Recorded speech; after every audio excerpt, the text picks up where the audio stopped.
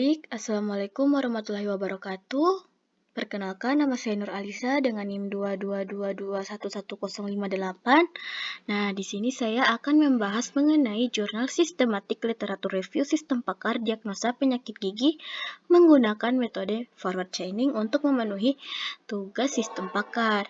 Nah, langsung saja. Nah, di sini ada latar belakang. Nah, penyakit gigi dan mulut merupakan bagian penting dari kesehatan secara keseluruhan.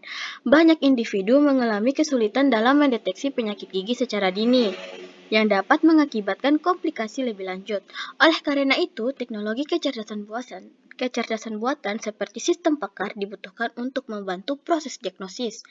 Nah, lalu di sini untuk metode forward chaining adalah salah satu teknik inferensi yang cocok untuk sistem pakar, karena mampu menarik kesimpulan berdasarkan gejala yang dimasukkan oleh pengguna.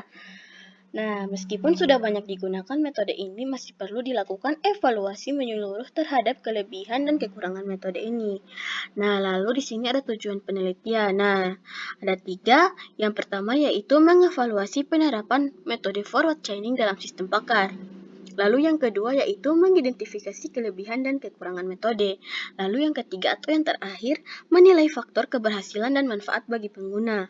Lalu di sini ada metodologi penelitian. Nah, di sini ada 4.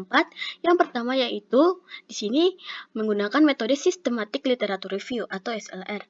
Lalu yang kedua sumbernya yaitu dari Garuda Ristek Dikti. Lalu di sini yang ketiga yaitu periode dari 2019 sampai 2023. Nah, di sini kata kuncinya untuk forward chaining and sistem pakar diagnosa penyakit gigi atau diagnosa gigi. Lalu di sini ada hasil dan pembahasan. Nah, di sini pembahasannya di sini yang akan kita bahas ada 3. Yang pertama yaitu apa kelebihan dan kekurangan metode forward chaining dalam sistem pakar diagnosa penyakit gigi. Lalu yang kedua, apa faktor yang mempengaruhi keberhasilan penerapan sistem tersebut. Lalu yang ketiga atau yang terakhir, apakah sistem pakar ini memberikan manfaat nyata bagi pengguna. Nah, di sini kita akan bahas. Nah, di sini ada kelebihan dan kekurangan metode forward chaining dalam sistem. Nah, di sini kelebihannya ada 3. Yang pertama, memproses informasi dan menentukan solusi cepat. Lalu yang kedua yaitu diagnosis cukup akurat. Lalu yang ketiga, dapat digabung dengan metode lain seperti external factor. Lalu kekurangannya itu bergantung pada kualitas data. Lalu yang kedua, kurang efektif untuk kasus kompleks. Nah, di sini ada faktor keberhasilan sistem. Nah, kualitas data dan pengetahuan menentukan akurasi. Lalu yang kedua, sistem harus dikembangkan dan dipelihara secara berkala. Nah, untuk manfaat sistemnya, di sini sistem pakar diagnosa penyakit gigi memberikan manfaat yang signifikan dalam hal efisiensi waktu dan peningkatan akurasi diagnosis awal. Lalu pengguna dapat dengan cepat mengetahui jenis penyakit yang diderita berdasarkan gejala, bahkan tanpa harus langsung berkonsultasi langsung ke dokter. Nah, di sini ada contoh untuk diagnosa penyakit gigi. Nah, di sini ada 6 rule ya atau gejala. Nah, di sini rule yang pertama yaitu demam, rule yang kedua nyeri gigi, rule yang ketiga gusi berdarah, rule keempat sensitivitas terhadap panas dan dingin, rule kelima pembengkakan gusi, dan rule keenam atau yang terakhir yaitu bau mulut. Nah, di sini ada aturan rules diagnosa sistem pakar. Nah, di sini rule A. Nah, di sini jika rule 1 dan rule 2 maka karies atau gingivitis, atau lalu rule B di sini jika rule 3 dan rule 4 maka diagnosanya yaitu gingivitis atau periodontitis.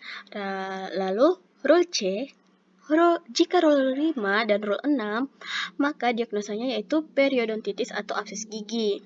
Nah, di sini contoh perhitungan forward chaining. Nah, di sini untuk rule 1-nya demam ya. Rule A memenuhi syarat. Rule 2 nyeri gigi ya. Rule A memenuhi syarat. Dan rule 3 gusi berdarah tidak. Rule B tidak memenuhi. Nah, rule 4 sensitivitas suhu tidak. Terkait aturannya, rule B tidak memenuhi. Nah, untuk rule 5 pembengkakan gusi dan statusnya tidak. Rule C tidak memenuhi. Dan rule 6 bau mulut tidak. Rule C tidak memenuhi. Nah, di sini kita masuk di kesimpulan. Forward chaining efektif namun tergantung kualitas data. Lalu sistem pakar diagnosa gigi bermanfaat dan potensial dikembangkan. Lalu perlu penelitian lanjut untuk uji nyata.